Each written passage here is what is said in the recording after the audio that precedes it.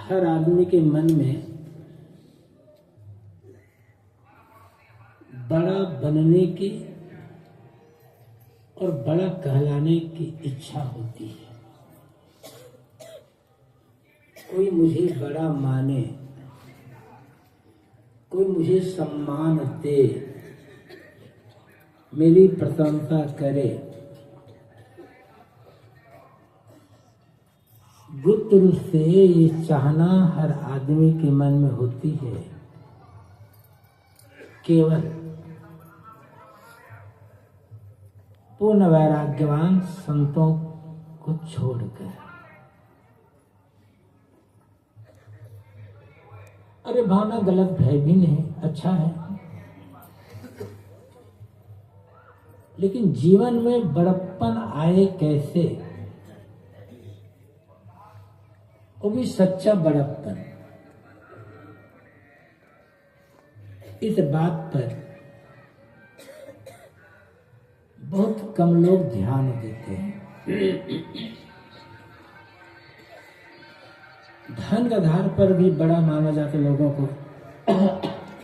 जो बड़ा धनी आदमी होता है उसका भी लोग सम्मान करते हैं, उसे बड़ा मानते हैं। कोई विद्वान है उसे भी लोग बड़ा मानते हैं, सम्मान उसका भी करते हैं।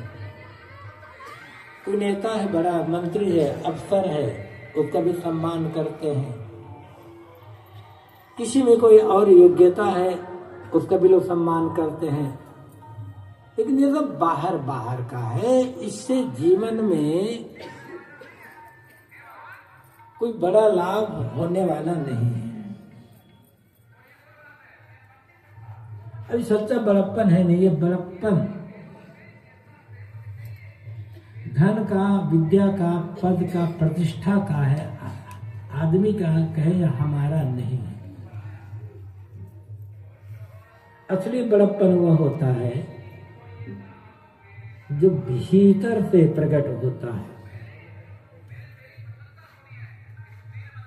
और उसके लिए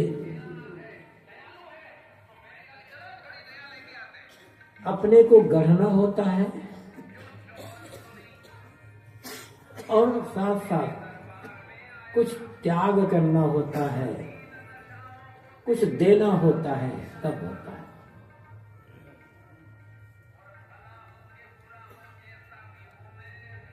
उपनिषदों में एक कहानी आती है। कहानियां बातों को समझाने के लिए बनाई जाती है। एक रूपक होती है, उसके पीछे एक संदेश होता है। कहानी है,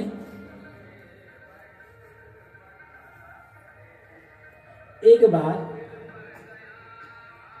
शरीर के जो तमाम इंद्रियां हैं, आंख, कान, मुख, हाथ पैर, बुद्धि, इनमें विवाद हुआ है। हम सब में बड़ा कौन है? आंख कहती थी मैं बड़ी हूं, क्योंकि मैं तो देखती हूं आदमी को कीचड़ पानी से, कांटे कंकड़ से बचाती हूं, देखकर ही तो काम होता है, पढ़ना लिखना देखकर ही होता है, इसलिए मैं बड़ी हूं। कान कहते थे कि नहीं, हम बड़े हैं, यदि हमें सुनने की शक्ति ना हो, हम न सुने तो लोग कुछ समझ ही नहीं पाएंगे। ऐसे हर इंद्रिय अपने अपने को बड़ा कहती थी और मानती थी।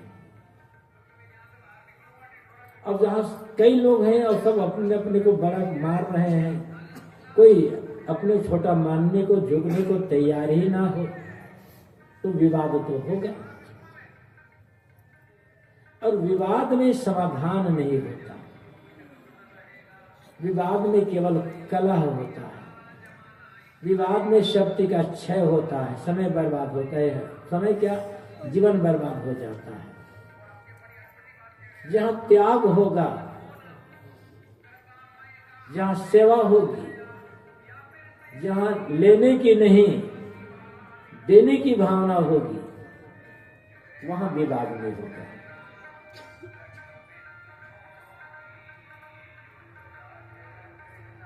मैं बड़ा, ये मेरा, ये मेरा, ये मेरा, जहां ये भाव वहां विवाद तो हो गए। तो सभी इंद्रियों में विवाद होने लगा, समाधान निकला नहीं।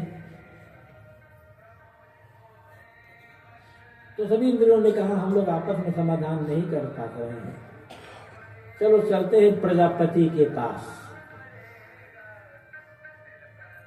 अब प्रजापति जो समाधान कर दे, जो निर्णय दे दे, वो सबको मान्य होगा। सब प्रजापति के पास पहुंचे और अपनी समस्या प्रस्तुत किए। पूछे आप बताइए कि हमने सबसे बड़ा है कौन? प्रजापति ने सोचा इन बड़ों की लड़ाई में, इन बड़ों विवाद में बीच में पड़ना ठीक नहीं है। किसी एक को कह दूं कि ये इंद्री बड़ी है तो बाकी सब नाराज हो जाएंगे। कौन बैर मोल ले ले, लेकिन समाधान भी करना था, उत्तर भी देना था। तो प्रजापति ने कहा कि तुम सब में से जिसके निकल जाने पर, जिसके नहीं रहने पर शरीर बेकार हो जाए, वो बड़ा है, वो श्रेष्ठ है। अब तुम लोग खुद देख लो। जब ऐसा हुआ तो जो दृक शक्ति है, आंखों में देखने की शक्ति,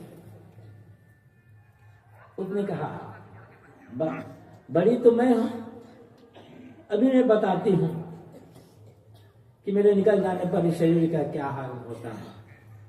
कहते हैं देखने की जो शक्ति है, दृक शक्ति, वो शरीर से निकल गई। 1 साल तक घूमती रही बाहर।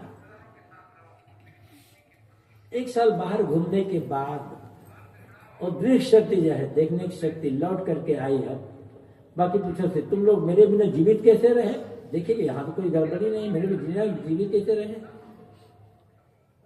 तो बाकी ने कहा जैसे अंधा कान से सुनता है, मुख से बोलता है, हाथ पैर से चलता है, मन से सोचता है, वीर्य शक्ति से बच्चे पैदा करता है,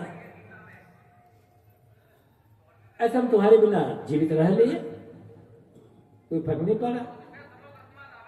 तो आंखों में जो देखने शक्ति है उसे लगा कि नहीं मैं बड़ी नहीं हूं, वो शरीर में प्रवेश कर गई। तो श्रवण शक्ति जो सुनने की शक्ति है, उसने कहा बड़ी तो मैं हूं, लेकिन अब मैं बताती हूं शरीर निकल करके मेरे बिना लोग कैसे रहते हैं। सुनने की शक्ति, श्रवण शक्ति निकल गई बाहर। 1 साल तक घूमती रही। 1 साल घूम करके आई। अब पूछे मेरे बिना तुम लोग जीवित कैसे रहे? कैसे? जैसे बहरा, सुनता नहीं है लेकिन आंख से देखता है, मुख से बोलता है, हाथ पैर से काम करता है, वीर्य से बच्चे पैदा करता है, बुद्धि से सोचता है, बुद्धि निर्णय करता है, मन से मनन करता है, तुम्हारे बिना जीवित रह लेकर नहीं, फिर मैं बड़ी नहीं। फिर वाक शक्ति, बोलने शक्ति को घमंड हुआ, वो निकल गई। साल भर बाद आई, पूछी मेरे बिना तुम जीवित कैसे रहे? जैसे गूंगा आंख से देखता है, कान से सुनता है, नाक से सूंघता है, हाथ पैर से काम करता है, वीर्य से बच्चे पैदा करता है, मन से सोचता है, ऐसे हम तुम्हारे बिना जीवित रह ले। तो बोले शक्ति लगा नहीं मैं बड़ी नहीं। ऐसे सभी इंद्रिय एक एक करके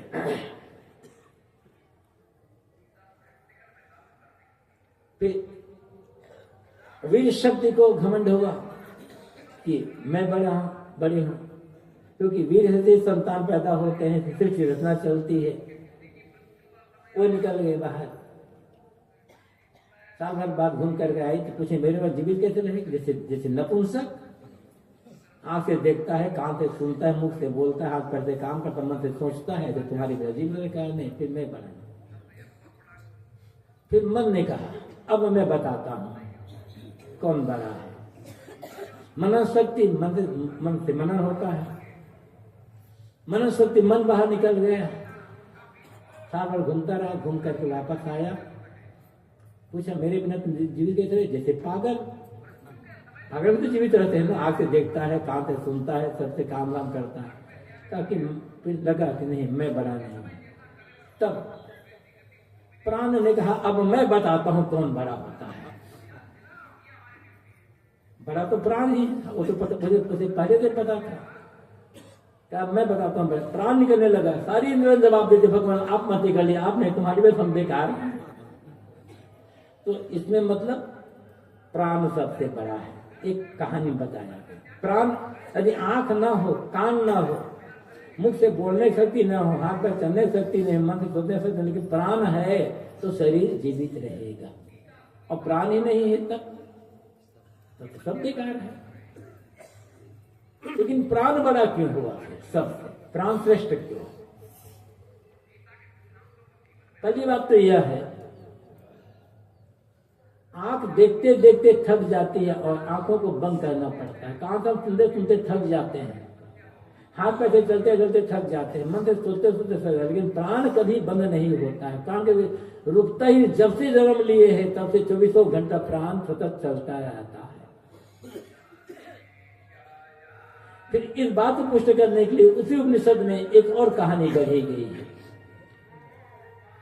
कि प्राण बड़ा क्यों हुआ। और ऐसे परिवार में, समाज में या कहीं भी बड़ा कौन होता है, सम्मान किसको मिलना चाहिए, तो इसके पीछे एक कहानी गढ़ी गई है, बताया गया प्राण श्रेष्ठ क्यों है। देवता और दैत्यों में बराबर लड़ाई हुआ करती थी, सुना होगा आप लोगों ने। और पहली बात ये भी बता दूं,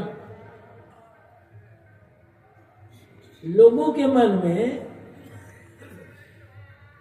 प्राणों की कहानियों को सुनते सुनते एक ऐसा भाव घर कर गया होगा है कि दैत्य बड़े खराब होते थे और देवता बड़े अच्छे होते थे। दैत्य दुर्जन होते थे, हिंसक, अत्याचारी, और देवता बड़े सज्जन होते थे, अहिंसक और सदाचारी। लेकिन ऐसा कुछ भी नहीं है। दैत्य और देवता दोनों सौतेले भाई थे।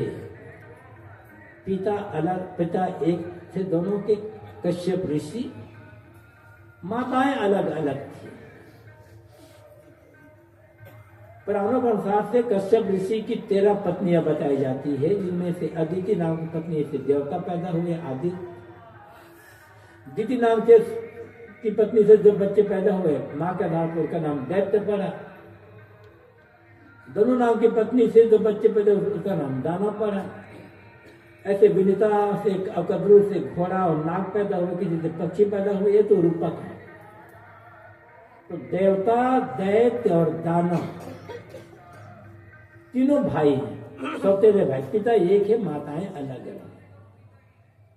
अगर पुराणों को पढ़ें, यहां तक आप वाल्मीकि रामायण पढ़ लीजिए, महाभारत भी पढ़ लीजिए, तो आपको पता चल जाएगा देवता की अपेक्षा दैत्य ज्यादा अच्छे होते थे।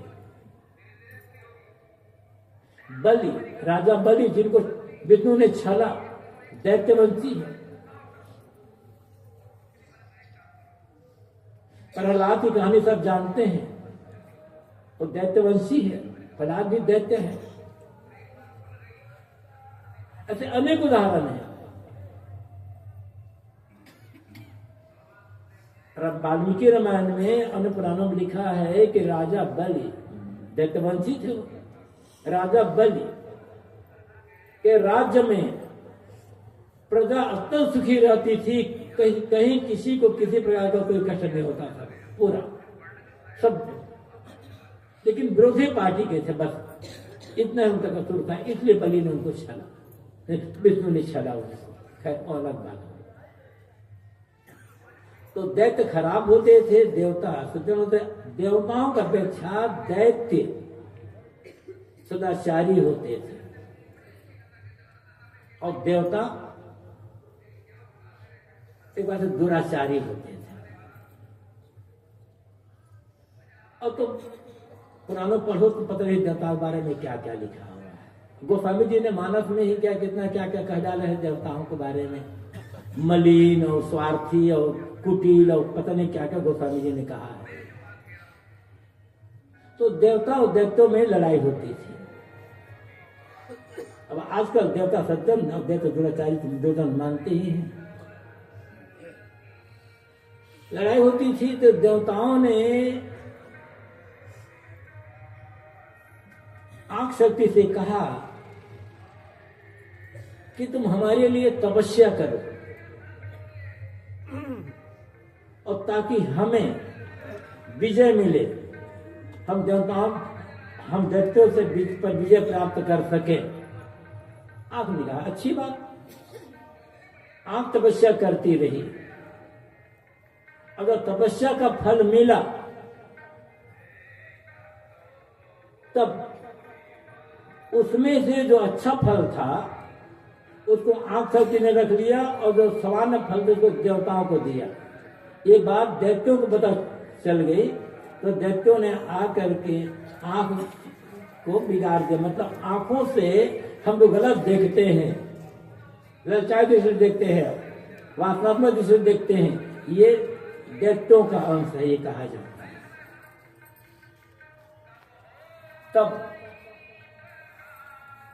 देवताओं ने वाक शक्ति से मुख से कहा तुम प्रार्थना करो हमारे लिए, तपस्या करो। कहा ठीक। वाक शक्ति ने तपस्या की, तपस्या पूरी हुई। जब फल मिला तो तपस्या का जो अच्छा फल था वाक शक्ति ने रख लिया और सामान्य फल देवताओं को दिया। देवताओं को पता चल गया तो उन्होंने वाक शक्ति को बेच दिया। इसका मतलब कहा गया कि वाणी में जो झूठ का अंश है, हम वाणी से जो हम झूठ बोलते हैं, ये दैत्यों का अंश है, दैत्यों का प्रभाव है। ऐसे हर इंद्रिय के लिए कहा गया है। सभी इंद्रियों का अपना अपना स्वार्थ है। आंख चाहती है कि वे सुंदर सुंदर रूप दिखाई पड़े, सुंदर सुंदर युवक युवती और अनेक प्रकार के दृश्य दिखाई पड़ते रहे। आंखों को रूप देखने में मजा आता है और जितना रूप देखेंगे, जितना ललचा दृश्य देखेंगे, जितना वातात्मक दृश्य देखेंगे, उतना मन विकारी होगा, उतना ही जीवन नीचे की ओर जाएगा, मन चंचल होगा। न भजन बनेगा, न साधना बनेगी, न त्याग बनेगा, न तपस्या बनेगी।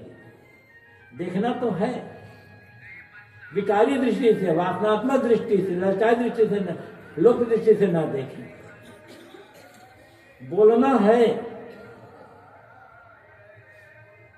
किंतु झूठ ना बोले, कट ना बोले, निंदा चुगली बुराई वाली बात ना बोले।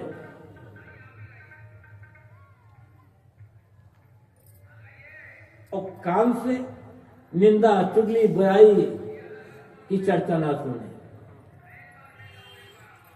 मुख से बोलना पड़ेगा, वही बात बोले जो उचित हो, अपने लिए और दूसरों के लिए हितकर हो, बोल करके पछताना ना पड़े। अक्सर होता है कि हम बोल करके पता, बात बहुत सामान्य है,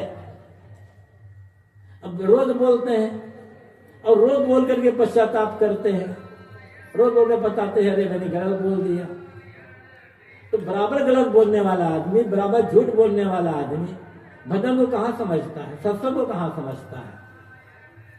जो बराबर झूठ बोल रहा है, दूसरी निंदा बुराई कर रहा है, किसी की चोट लगे ऐसी बातें बोल रहा है, उस आदमी का भजन नहीं बनेगा, सत्संग नहीं बने, साधना नहीं बनेगी, तो ध्यान तो बनेगा ही नहीं उसका। ऐसे तो बराबर गलत बातें सुन रहा है। निंदा जिसे निंदा की, चुगली की, ईर्ष्या की, बुराई की बात सुनने में मजा आता है, अश्लील वार्ता सुनने में मजा आता है, वो आदमी सत्संगी तो नहीं हो सकता, भगत भी नहीं हो सकता, पुजारी धार्मिक नहीं हो सकता। सोचना अपने लिए है। हमें गलत देखना अच्छा लगता है, गलत बोलना अच्छा लगता है, गलत सुनना अच्छा लगता है, या अच्छा देखना, अच्छा बोलना, अच्छा सुनना अच्छा लगता है। और फिर मन से सोचना होता है, तो गलत सोचना ज्यादा अच्छा लगता है, गलत सोचने में हमारा समय ज्यादा जाता है। या अच्छा सोचते हमारा समय ज्यादा जाता है। हम बराबर गलत सोच रहे हैं, बराबर गलत। तो धीरे धीरे धीरे धीरे मन इतना विकारी बन जाएगा, इतना कालिख जम जाएगा मन पर, फिर कहीं भी रहे कुछ भी करेंगे। जो कहते हैं ना कि भजन में मन नहीं लगता, कहाँ लगेगा? बराबर गलत सोचते सोचते मन इतना चंचल विकारी हो गया है कि भजन में मन लगेगा ही नहीं। हम भजन करने बैठते हैं, सत्संग करने बैठते हैं, लेकिन सत्संग की बातें भी समझ में नहीं आती है। वैसे आप बता थे भजन के बारे में, इस सारी हमारी जो इंद्रियां हैं उनसे केवल अच्छी क्रियाएं उनकी है, उन्हीं क्रियाओं को करना है, उनसे जीवन निर्वाह लेना है। बाकी जितनी दूषित क्रियाएं हैं वो सब के सब त्याज्य है। तो कहानी में बताया गया है, प्राण से कहा गया कि आप हमारे लिए तपस्या करें। प्राण ने कहा ठीक। प्राण ने तपस्या किया। अगर तपस्या का फल आया तो प्राण ने सारा का सारा फल देवताओं को दे दिया, अपने पास कुछ रखा नहीं। दैत्यों ने प्राण को बिगाड़ने का भरपूर प्रयास किया, लेकिन वो प्राण का कुछ बिगाड़ नहीं पाया। इसलिए प्राण के पास सारा का सारा सही फल रह गया, उन्होंने देवताओं को दे दिया, इसलिए देवता विजयी हो गए। प्राण की विशेषता है, मैंने पहले कहा, आंख को रूप चाहिए सुंदर सुंदर, कान को मनभावन शब्द चाहिए, मुख को स्वाद तो चाहिए ही, और मुख चाहता है कि कान चाहता है कि हमारी प्रशंसा सुनते रहे। ऐसे हर इंद्रिय पर अपना सुंदर सुंदर, लेकिन प्राण का अपना कोई स्वार्थ नहीं होता। सारी इंद्रियां थक जाती, सारी इंद्रियां थकती है, प्राण नहीं थकते। प्राण निस्वार्थ है, निष्काम है और निरंतर सेवा में लगा रहता है। इसलिए हमारे शरीर में, हमारे जीवन में प्राण सबसे महत्वपूर्ण है। इस कहानी का सार यही है, बड़ा बनने की कामना करने की आवश्यकता नहीं है। लोग मुझे बड़ा माने, मेरी प्रशंसा करे, ये भाव छोड़ दें। यदि नहीं छोड़ेंगे हमेशा शिकायत में पड़े रह जाएंगे। बड़ी सरल सी बात है।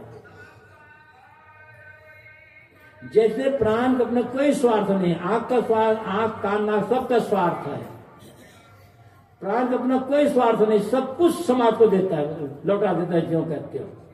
ऐसा जिसका अपना कोई व्यक्तिगत स्वार्थ नहीं होता। भोजन तो उसे भी करना पड़ता है, कपड़े पहनना पड़ता है, मकान में रहना पड़ता है, अन्य चीजों का प्रयोग करना पड़ता है, ये तो मजबूरी है। लेकिन उसका कोई व्यक्तिगत स्वार्थ नहीं होता। यदि प्राण का कोई व्यक्तिगत स्वार्थ नहीं है, वो अपने लिए कुछ बचा करके रखता नहीं है।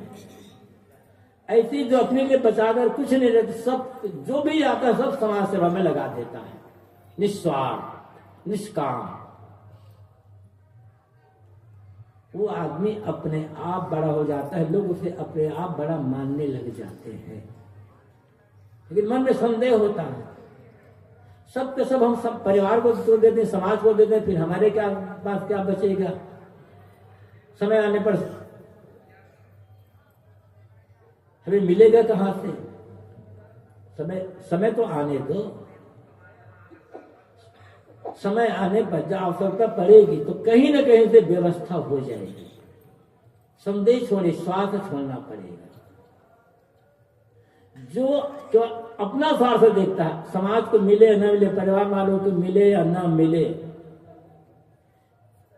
केवल अपना स्वार्थ देखता है, वो व्यक्ति उसके अपने परिवार और समाज वालों की दृष्टि से गिर जाता है। उसे समाज में इज्जत नहीं, भले मर्यादा बस, भले लोग उसे बड़ा माने, लेकिन किसी के मन में उसके लिए इज्जत न होगी, आदर न होगा। आदर पाना चाहते, इज्जत पाना चाहते हैं, प्रशंसा पाना चाहते हैं, वो पाने के लिए नहीं, अपने कल्याण के लिए निस्वार्थ होना है। स्वार्थ में ग्रहण करना होता है और निस्वार्थ में कुछ ग्रहण नहीं करना है। निस्वार्थ में तो त्याग है ना, सबको समाज में देना है, वहां तो त्याग है। और जो जहां त्याग है वहां पर कोई भय ही नहीं है।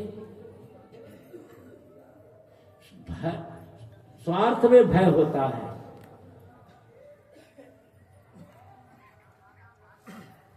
जीवन तो चलेगा ही, निर्वाचित चीजें तो मिलेगी ही मिलेगी,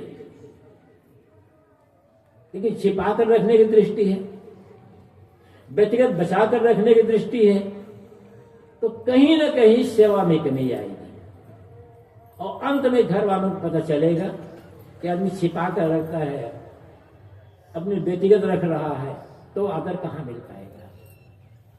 तो पहली बात, यदि सचमुच में बड़ा बनना चाहते हैं तो व्यक्तिगत स्वार्थ का त्याग करना होगा। ये स्वार्थ जिसे कहा जाता है, ये भौतिक वस्तुओं के लिए कहा जाता है। रुपया, पैसा, मठ, मकान, कपड़े लत्ते, गहने आदि, खाने पीने की चीजें या अन्य जो चीजें, उसके लिए समाज, ये सारी चीजें समाज की है, समाज सेवा में लगा दे, बस अपना कुछ ना माने। हाँ, स्वार्थ चाहिए, यदि स्वार्थी बनना है तो फिर अध्यात्म में हो गया। वैसे स्वार्थी जो स्वार्थ है या स्वार्थी जो शब्द है, बहुत बढ़िया शब्द है। यदि आदमी पक्का स्वार्थी बन जाए, अध्यात्म से पक्का स्वार्थी बन जाए, तो हमारी दुनिया स्वर्ग बन जाए। हर आदमी स्वार्थी बन जाए तो दुनिया स्वर्ग बन जाएगी, अपने आप स्वर्ग बन जाएगी। लेकिन जिस स्वार्थ की बात कही जा रही है, वो स्वार्थ हमें पता ही नहीं है। जो परार्थ है, हम स्वार्थ से, स्वार्थ का अर्थ क्या होता है? स्व अर्थ, दोनों मिलकर के स्वार्थ शब्द बनता है। स्व कहते हैं खुद को, अपना, अर्थ प्रयोजन, उद्देश्य, अपना उद्देश्य, अपना प्रयोजन। तो हमारा प्रयोजन क्या है? दुख की निवृत्ति, मोक्ष। सही अर्थों में कहा जाए तो जो साधना परायण संत हैं, कहीं के भी हैं, वही सही अर्थ में स्वार्थी है। क्योंकि अपना प्रयोजन, जीव का प्रयोजन क्या है? जीव का प्रयोजन है दुखों से छुटकारा, कल्याण की प्राप्ति, मोक्ष की प्राप्ति। तो जो कल्याण की प्राप्ति के लिए लगे, मोक्ष के लिए साधना परायण है, ऐसे संत ही स्वार्थी हैं। सही बात। ऐसा स्वार्थी बन जाए तब भौतिक चीजों की कामना न रखें, माने कि उसके लिए काम करें, उसके लोभ लालच न रखें, केवल एक उद्देश्य रखें, सेवा तो करना ही है, जो भी करें उसका उद्देश्य हो हम उत्तरोत्तर दुख से छुटकारा पाते जाए और कल्याण का अनुभव करते चले जाए। यही आदमी का स्वार्थ है। इसलिए कहा जाए तो जो साधु मार्ग में लगे हुए हैं, साधना मार्ग में, वो सब स्वार्थी है। लेकिन किसी संत से कहिएगा नहीं, साथी साहब आइए कह करके, तो गड़बड़ हो जाएगा। ये स्वार्थ हम भूल गए। वो स्वार्थ मान लिया, बढ़िया खाने को मिल जाए, बढ़िया देखने को मिल जाए, बढ़िया पहनने को मिल जाए, ज्यादा मिल जाए, बड़ा आराम मिल जाए, ये स्वार्थ। इसको छोड़कर देखिए, परिवार में, समाज में इज्जत अपने आप बढ़ जाएगी। अधिकार की लालसा छोड़कर देखिए, अधिकार अपने आप मिल जाएगा। चाहने तो अधिकार नहीं मिलता है, अधिकार सेवा से मिलता है, अधिकार कर्तव्य से मिलता है, चाहने थोड़े मिलेगी। अधिकार चाहते हैं, सेवा का भाव नहीं, सेवा करने से डरते हैं, तो कहां से अधिकार मिल जाएगा? तो प्राण का अपना कोई स्वार्थ नहीं है, इसलिए प्राण सर्वश्रेष्ठ है। और प्राण अपना सब कुछ दे देता है, इसलिए प्राण सर्वश्रेष्ठ है। इसलिए हमारे पास जो कुछ भी है सब माने ये परिवार का, समाज का है, हमारा नहीं है। फिर अहंकार नहीं होगा। अपना मानकर अहंकार होता है, अपना मानते गए ये मेरा, ये मेरा, ये मेरा, ये मेरा, तो अधिकार की भावना है, चीजें मिलती गई, अहंकार बढ़ता चला गया। और जितना अहंकार बढ़ेगा उतना मन अशांत होगा। जितना अहंकार बढ़ेगा उतनी शिकायत होगी कि लोग मेरी कीमत नहीं समझते, मुझे आदर नहीं देते। अहंकार छोड़ दें, शिकायत नहीं होगी। अहंकार छोड़कर देखें, ये भाव ही नहीं होगा कि मुझे लोग सम्मान दे रहे हैं या नहीं दे रहे हैं।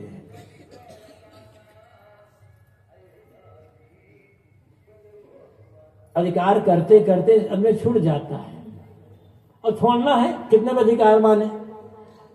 बिना अधिकार माने सेवा माने। अब समाज में किसी को एक बड़ा परिवार में, समाज में किसी को एक बड़ा माना जाता है समाज व्यवस्था करने के लिए, परिवार व्यवस्था करने के लिए, तो उसके निर्देश में सब काम करते हैं।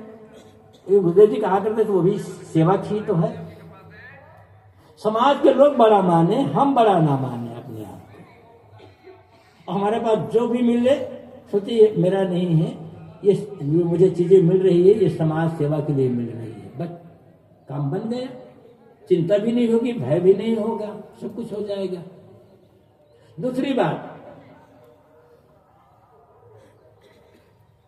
मैंने कहा था कि सारी इंद्रियां थक जाती, प्राण नहीं थकता। अनवरत चलता, अनवरत 2 मिनट भी प्राण रुक जाए ना तो फिर जीवन लीला समाप्त हो जाए। हाथ थक जाते हैं, पैर थक जाते हैं, बोलते बोलते मुख थक जाता है, सुनते सुनते कान थक जाते हैं, देखते आंखें थक जाती है, सब सारी तो थकती और अपना अपना विश्राम करती है। रात में जब आंख से देखना, कान से सुनना, मन से सोचना, हाथ पैर से काम आदि करना, सब तो बंद हो जाता है। लेकिन जब हम सोते हैं प्राण चलते रहते हैं, प्राण कभी नहीं सोता। अब प्राण सो जाता तो फिर जीवन समाप्त हो जाए। इसी प्रकार से जो व्यक्ति सतत सेवा प्राण होते हैं तो ये नहीं देखता है कि कौन सेवा कर रहा है या कौन सेवा नहीं कर रहा है। वो खुद को देखता है कि जो मुझे करना चाहिए था वो मैं कर रहा हूं या नहीं कर रहा हूं। लोग क्या कर रहे हैं, इनके लिए तो इनके लिए मैं ऐसा कर रहा हूं, मेरे लिए ये लोग क्या कर रहे हैं, ये भाव नहीं देखना है। करते जाए करते जाए करते जाए करते जाए। जो कर्मठ होता है धीरे धीरे से जीवन में चमक आती है अपने आप। उपनिषद में एक मंत्र आता है, उपनिषद का नहीं है ये, ऐतरेय ब्राह्मण में एक मंत्र आता है, चरण में मधुमिंदति चरण स्वाद मुदुम्बरम सूर्य तपस श्रेवाणम यो न तन्यति शरण चरेवैति। चरण वय मधुमेंद्र, चरण गतिशील, कर्मठ, सेवा परायण, कर्तव्य परायण। जो व्यक्ति सेवा परायण है, कर्मठ है, कर्मशील है, उसको जीवन में मधु की प्राप्ति होती है। चरण मधुमेंद्र चरण साधु उदुम्बरम, कर्मशील व्यक्ति को उदुम्बर का मीठा फल प्राप्त होता है, उसी को जीवन में सफलता मिलती है। जो बराबर कर्म करता रहता है उसको ऋषि उदाहरण देते हैं, सूर्य से पस श्रेयमानम, सूर्य के श्रेय को देखो, सूर्य की महिमा को देखो।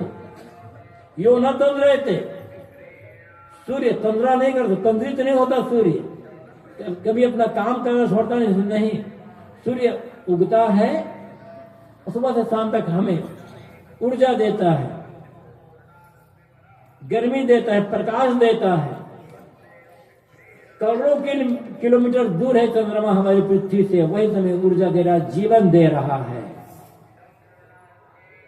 कभी रुकता नहीं सूरज। शाम को ऐसा होता है, फिर सुबह आ जाता है, रोज ऐसा ये हो रहा है। इसी कहते सूर्य कभी प्रमाद नहीं करता। एक महिमा में कहा गया है, सूर्य अपना काम कभी छोड़ता नहीं, प्रकाश देना छोड़ता नहीं है। इस सूर्य की महिमा है, सूर्य की प्रशंसा है। लोग सूर्य को देवता मान करके यहाँ अर्घ देते हैं, उसकी पूजा करते हैं। क्यों? सेवा प्राण होने के कारण। सूर्य कुछ मांगता है क्या? ऋषि कहते हैं चरस चरे व्यक्ति, चलते रहो चलते रहो चलते रहो। कर्मठता कर्मशील होने से ही जीवन सफलता आती है। और जो आदमी सतत सेवा परायण है,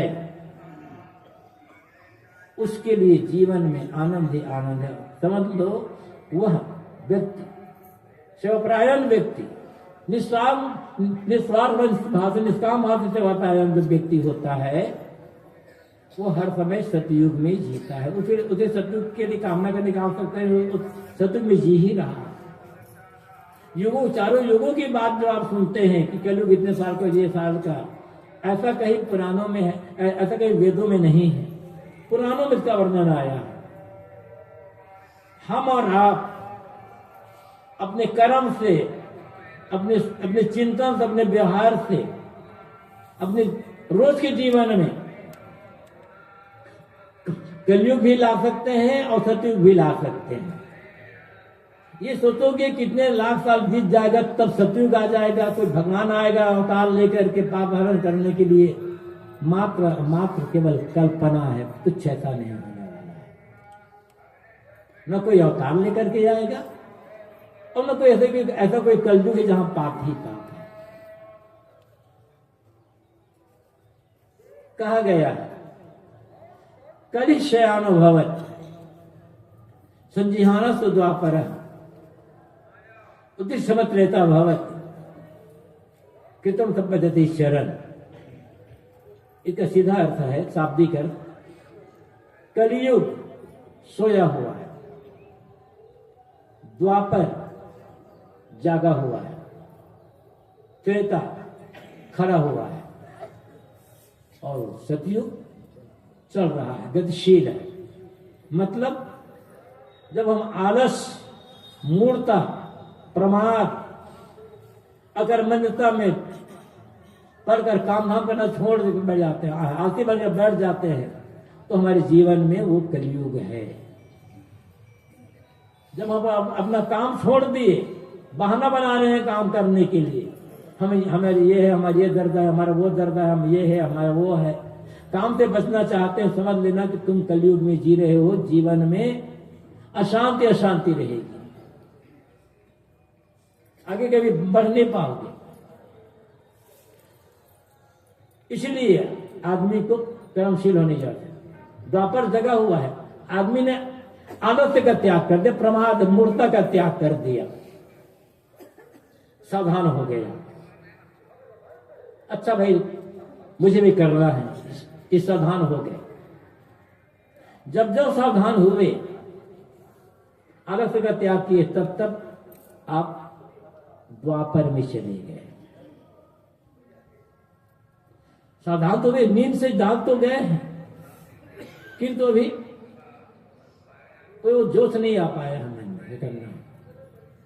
जब नहा धो करके कपड़ा पहन तैयार हो गए, मतलब किसी काम को करने में तैयार हो गए, नहीं मुझे करना है, बिल्कुल तैयार हो गए करने के लिए, तो आप चले गए त्रेता में।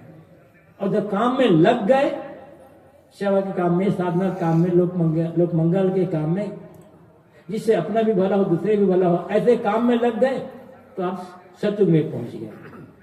हर आदमी रोज कलयुग में जीता है और वो सतयुग में जीता है।